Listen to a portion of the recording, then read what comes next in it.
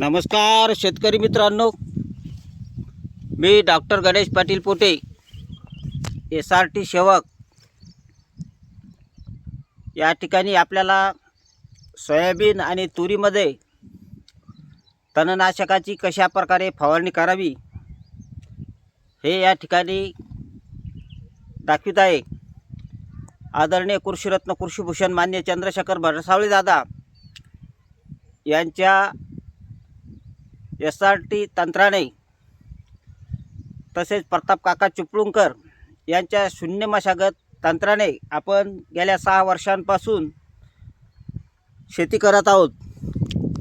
आता या ठिकाणी आपला सोयाबीन आणि तुरीचा प्लॉट आहे.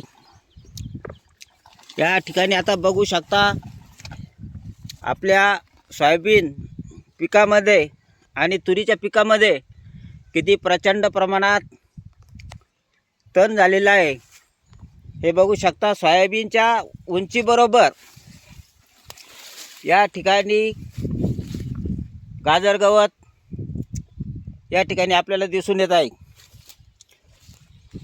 हे बघू शकता.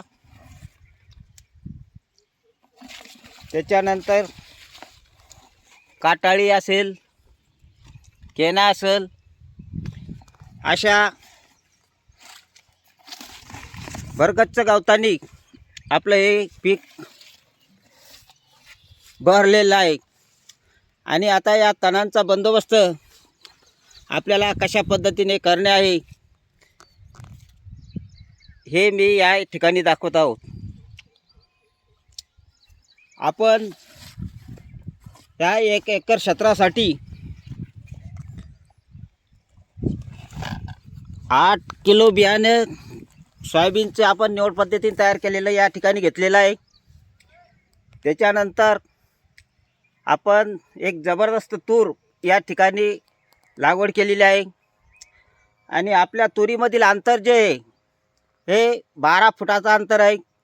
आणि या 12 फुटाच्या अंतरामध्ये आपण 2 बेडवर 4 तास आणि नालीमध्ये 1 तास असे 5 तासाची आपण या ठिकाणी लागवड केलेली आहे. आणि एवढं तण असून सुद्धा आपल्या सोयाबीनची क्वालिटी बघू शकता. कुठल्याही प्रकारचं अटॅक वगैरे पिवळेपणा आपल्या या सोयाबीनवर जाणवत नाही. आता एवढं तण असताना आपलं सोयाबीन हे संपूर्ण पिवळं पडलं पाहिजे होतं, परंतु आपल्या या पिकामध्ये कुठेही तुम्हाला पिवळेपणा दिसून येणार नाही. कारण मागील वर्षीचे जे आपले पिकांचे अवशेष आहे आपण ते याच ठिकाणी कुजवलेले आहे. त्याच्यामुळं सेंद्रिय खत तयार होऊन, कंपोस्ट खत तयार होऊन आपल्या या मालाला मिळाल्यामुळं आपल्या सोयाबीनची क्वालिटी बघा किती जबरदस्त आहे. फुटव्याची संख्या पण तुम्ही बघू शकता कशी जबरदस्त आहे. आणि आपण हे निवड पद्धतीने तयार केलेलं बियाणं आहे. आता या ठिकाणी आपण या काँग्रेस गवतासाठी, केण्यासाठी आणि काटाळी जी आहे आपली याच्यासाठी आपण आमोरा प्लस क्युरिन या तणनाशकाची फवारणी या ठिकाणी घेत आहोत. 20 लिटर पंपासाठी आपण 100 ml आमोरा घेतलेला आहे. आणि क्युरिनच्या आपण एका पुडीमध्ये जवळपास 12 पंप करणार आहोत.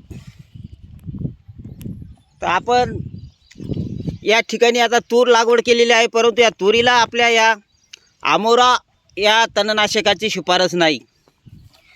तर मग आता आपल्याला सॉईलमध्ये एवढं तण कंट्रोल तर करणं आहे, पण मग आता कशा पद्धतीने करावं हे आपल्या शेतकऱ्यांच्या डोक्यामध्ये प्रश्न घुमत असतो. आता हा प्रश्न आपला निकाली काढण्यासाठी मी या ठिकाणी आपल्याला कशा पद्धतीने तणनाशक मारायचे हे या ठिकाणी तुम्हाला दाखवत आहे.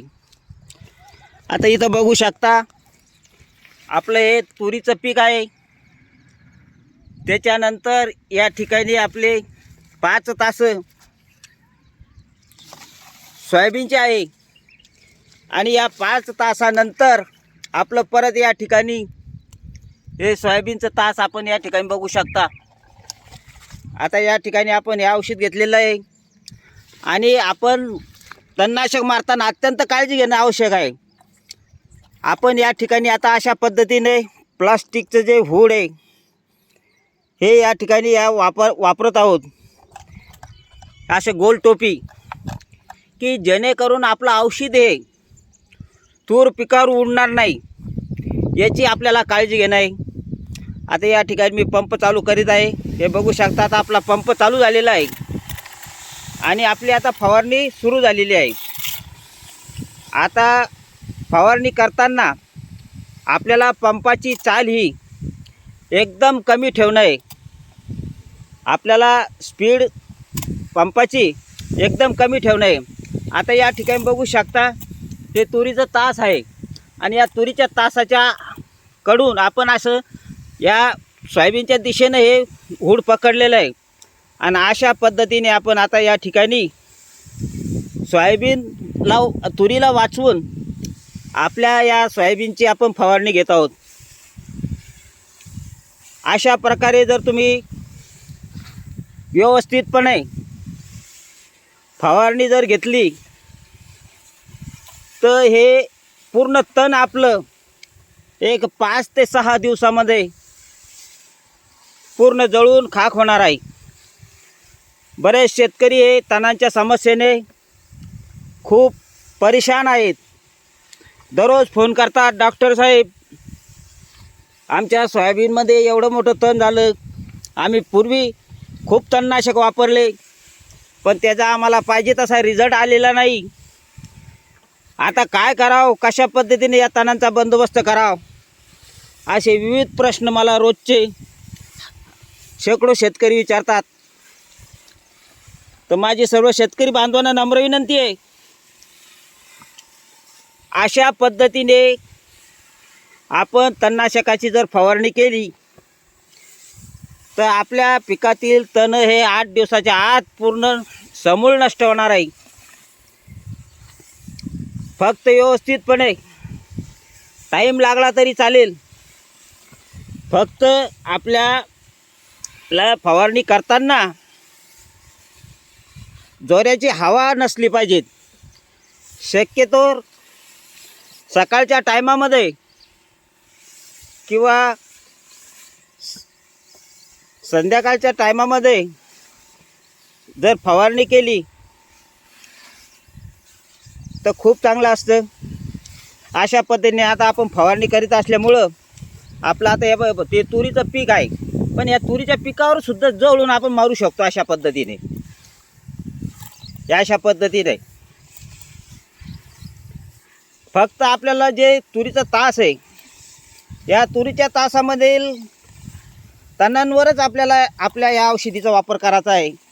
आपलं जे मुख्य पीक आहे तूर, याच्यावर थोडं पण औषधी आपली उडाली नाही पाहिजेत.